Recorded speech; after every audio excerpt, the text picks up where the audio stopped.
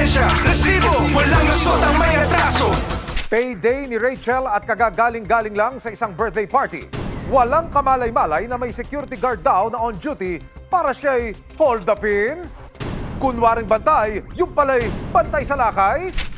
September 15, 2019, habang pauwi si Rachel at ang kanyang kaibigan mula sa isang birthday party, isang matinding panganib pala ang nag-aabang sa kanila. Pasado alas 12. Dito lang sa may Ampid, San Mateo, Rizal. Pauwi kami, kasama ko yung aking kaibigan. Hanggang sa dito, paliko sa amin. Doon na po nangyari yung hold up. Walang CCTV camera sa mismong lugar ng pinangyarihan kaya't hindi nakunan ang aktwal na krimen. Pero sa ibang kuha ng CCTV camera na nasa kabilang anggulo, makikita po kung sino ang nasa likod ng krimen. Narito po ang biktima, naglalakad kasama ang kanyang kaibigan. Makikitang siya po ay sinundan ng dalawang lalaki. Yung isa ho ay nakabuntot, yung isa na may nasa gilid. Kapansin-pansin din ang paglitaw ng tricycle na ito na mula po sa isang bahagi ng looban. Ayon sa investigasyon at ayon mismo sa biktima, ang tricycle na ito ang ginamit na getaway vehicle ng mga suspect. Galing pong trabaho, diretso po kami sa birthday ng kaibigan po namin. Pauwi kami mga around 12 po yun, or past 12. Paliko na kami dun sa may subdivision. Doon po may nag-grab po na from the back, ginrab po ako. Ang una nilang sinecure yung bibig ko na hindi ako makasigaw. Pati yung leeg ko, hindi na ako halos makalingon. Tinutok sa tagilirang ko. Doon na po ako natakot ng gusto. Baril o kutsilyo? Pakiramdam ko kutsilyo po kasi matulis. And then, ayun na, sinurrender ko na po yung gamit ko kasi nag-declare na sila na hold up. Yung buong bag ko po yun kinakuha nila. So yung laman po ng bag ko, since September 15 yon, buong sahod ko po nakuha nila.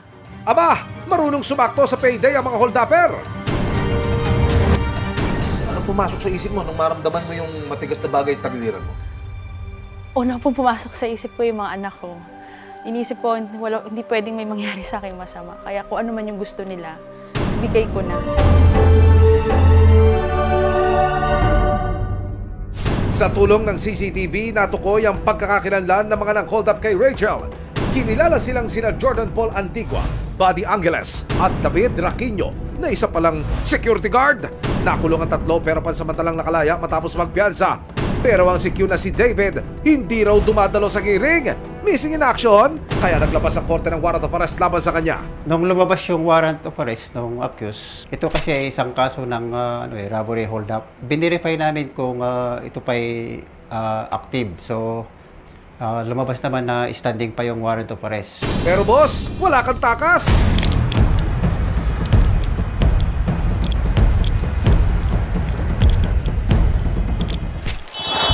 Cotton cam ang ginawang pambubugbog at pagkuyog ng isang grupo ng estudyante sa kapwa nila estudyante sa Quezon City. Ano nga ba ang punot dulo ng pisikala na ito sa labas ng paaralan? Sana kasi, pamangkin ko po 13 years old. Sana po patawad niyo po siya. Ate, kahit anong sabi mo sa amin na patawarin yung mga anak ninyo, siyempre, masakit bilang magulang. Masakit talaga, sobrang sakit ang ginawa ng mga anak nyo. May ebidensya, resibo, walang lusot ang may atraso.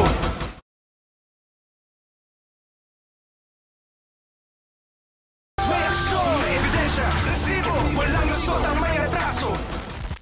September 19, 2019, habang pauwi si Rachel at ang kanyang kaibigan, may pa-surprise attack mula sa kanilang likuran.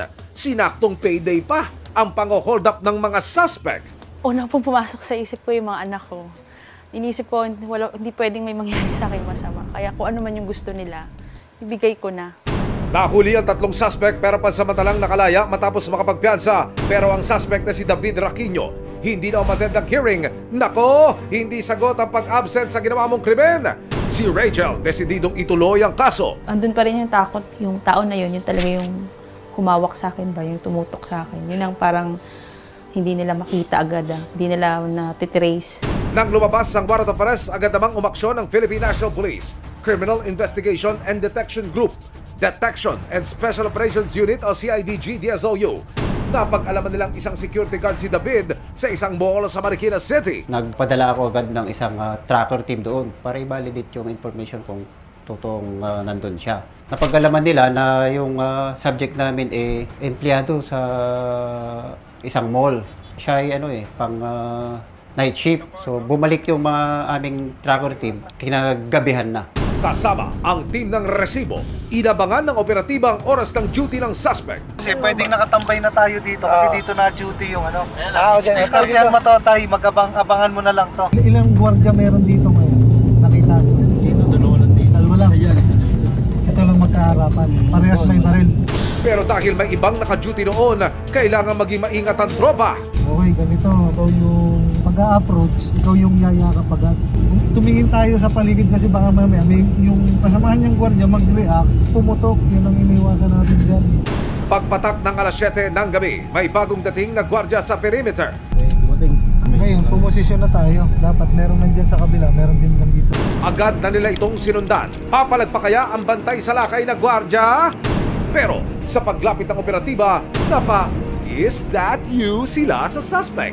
Parang nag-iba kasi ang mukha ni David. Minanmanan yung ating subject dahil yung sa picture kasi na hawak namin medyo magkaiba. Magkaiba eh.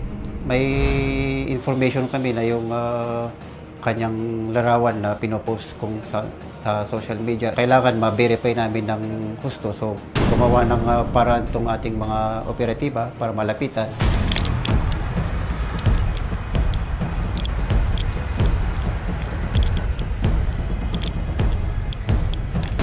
Nang mabasa nila ang apelyido nito sa uniforme, confirmed siya na nga ang hinahanap nilang suspect. Ikaw ba si David Dizon Raquinho? Ikaw ay inuhuli namin sa kasong robbery under Article 294 na may bail na 100,000. Ngayon babasahan kita ng mga karapatan ha.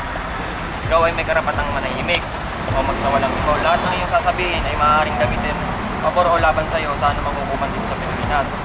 Agad siyang dinala sa Camp Crame.